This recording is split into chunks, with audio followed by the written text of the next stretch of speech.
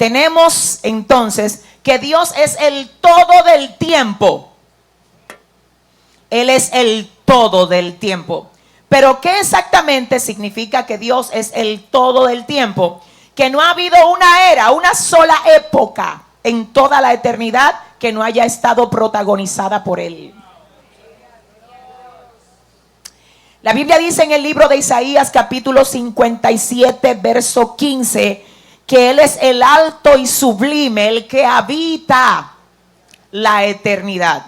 Es decir, antes de que los tiempos comenzaran a contarse, ya Él existía. Dios no tiene cumpleaños. Cuando Moisés dice en Génesis 1:1, en el principio creó Dios los cielos y la tierra. ¿De qué principio está hablando ahí? No está hablando del principio de Dios, porque Dios no tuvo principio. Está hablando del principio que Dios le quiso revelar a Moisés desde que le abrió el telón. Dios le dijo, mira Moisés, arranca desde ahí. Ahora toda la parte anterior a esa, a él no se le reveló. Así que cuando él habla de principio, él habla del principio que sí se le reveló. Por ejemplo, yo pude hoy llegar aquí a una hora X.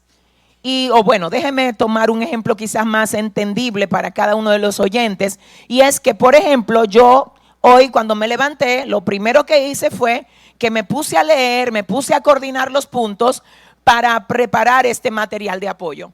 En el principio de mi día, lo primero que yo hice fue hacer esto. Pero eso fue el principio de mi día de hoy. Pero yo no estoy hablando del principio, por ejemplo, de la semana, del mes, ¿verdad? Ni estoy hablando del principio del año 2024. Yo estoy hablando del principio del día de hoy. Mucho menos estoy hablando del principio de mi vida. Yo estoy hablando del principio del día de hoy. Que hoy en el principio del día, cuando me levanté, lo primero que me puse fue a leer para preparar el material de apoyo. En el principio de hoy. Así fue Dios.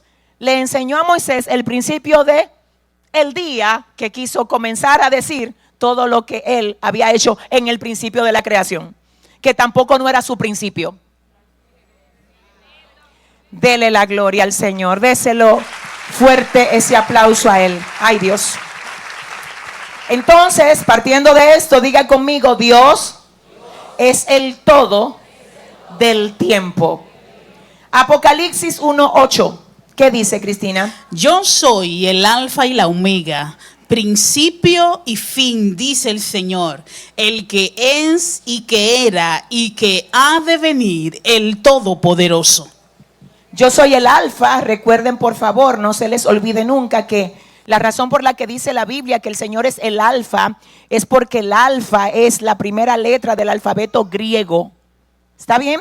El alfa es la primera letra del alfabeto griego y la omega es la última letra del alfabeto griego.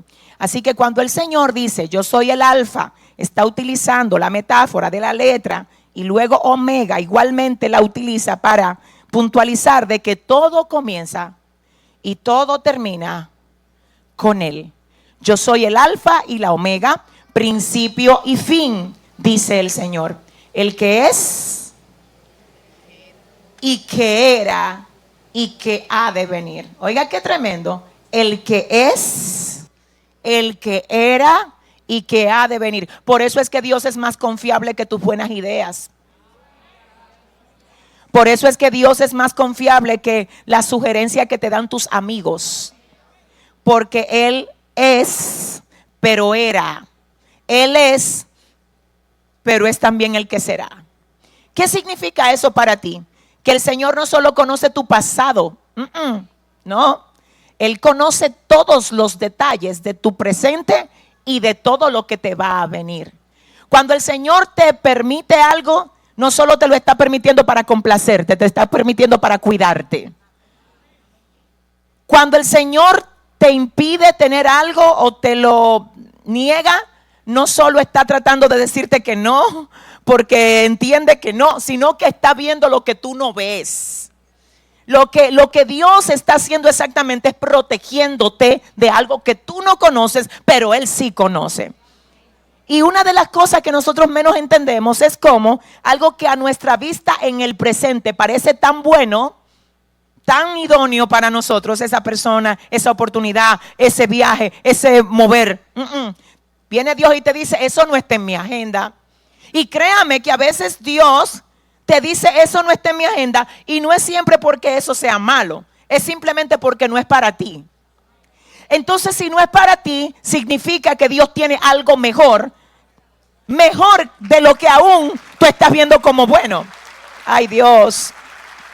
Es ahí donde entonces tenemos que no olvidar lo que dice la palabra de Dios, ¿verdad? En el libro de Romanos capítulo 8, verso 28, que todo obra para bien a los que aman a Dios, a los que conforme a sus propósitos son llamados. Escuche esto, mire, la semana pasada hablábamos acerca de la importancia de conocer los caminos de Dios. ¿Quiénes recuerdan eso? Ok, ¿usted sabe quién es la gente que menos sufre con este tipo de decisiones de Dios? Pregúnteme. Es la gente que conoce los caminos de Dios. Porque en el momento que tú conoces el camino, mire lo que pasa con conocer a Dios como siervo y conocerlo como amigo. Mire, en la antigüedad el siervo era más o menos un esclavo al que le mandaban hacer lo que tenía que hacer y no se le daba explicación de por qué tenía que hacerlo.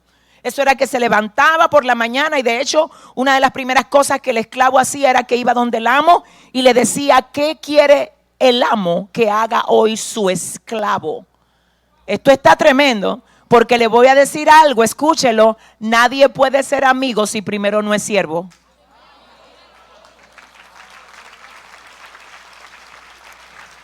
Hay gente que dice, yo no quiero ser siervo, yo no quiero ser esclavo, yo quiero ser amigo. Esos son niveles. Recuerde que el Señor le dice a los discípulos en Juan 15:15, ya no le llamaré siervos, ahora le voy a llamar amigos.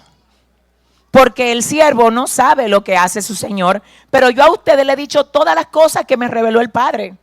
El problema es que al principio no eran amigos, eran siervos. Entonces no podían ser elevados a amigos si primero no habían demostrado una lealtad, una entrega, un compromiso, una respuesta como el Señor se la merecía, para entonces calar a la posición de amigos.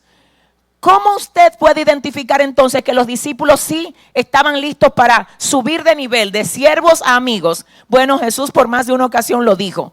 Ustedes han dejado todo, entonces como dejaron todo, ustedes van a tener más en este siglo y en el que viene. Recuerde, a ver, Pedro en una ocasión literalmente le dice a Jesús, nosotros hemos dejado todo por ti, dejamos todo, y el Señor le responde, es que todo el que deje todo por causa de mí, y literalmente lo explica, es que miren lo que pasa, dice el Señor, el que no deje padre, madre, hijo, hermano, todo, y lo desprecie por causa de mí. Alguien dirá, ¿cómo yo voy a despreciar a mi mamá, a mi papá? No te está diciendo que los odie, muchísimo menos que los deshonres, jamás que los irrespetes. Nosotros tenemos que saber que parte de cómo predicamos este santo evangelio es por testimonio a la gente de nuestra casa que tienen que ver a Jesús en nosotros. A veces nosotros nos cansamos de decirle a la gente, ven a la iglesia, pero nuestra conducta no colabora. Entonces la gente de tu casa tiene que ver a Jesús en ti. Tienen que ver a Jesús en mí. Entonces cuando vean a Jesús en nosotros, ellos van a sentir el deseo de buscar al Dios de nosotros. Ahora bien, el punto es que cuando Jesús dice, nadie que no desprecia todo esto por mí, es digno de mí. Es lo que le está diciendo. Hay una versión, literalmente creo que es la versión amplificada, que dice, si tú no me amas más a mí que a tu papá, a tu mamá, a tu hijo y a todo lo que cita el pasaje, no eres digno de mí. Es decir, que al final no es despreciarlo, es amar a Dios más que lo amo a ellos. Y es justo, diga conmigo, es justo. ¿Por qué es justo? Porque todo lo que yo tengo me lo dio Él. Entonces no es verdad que yo tengo que estar amando lo que Él me da más que a quien me lo da.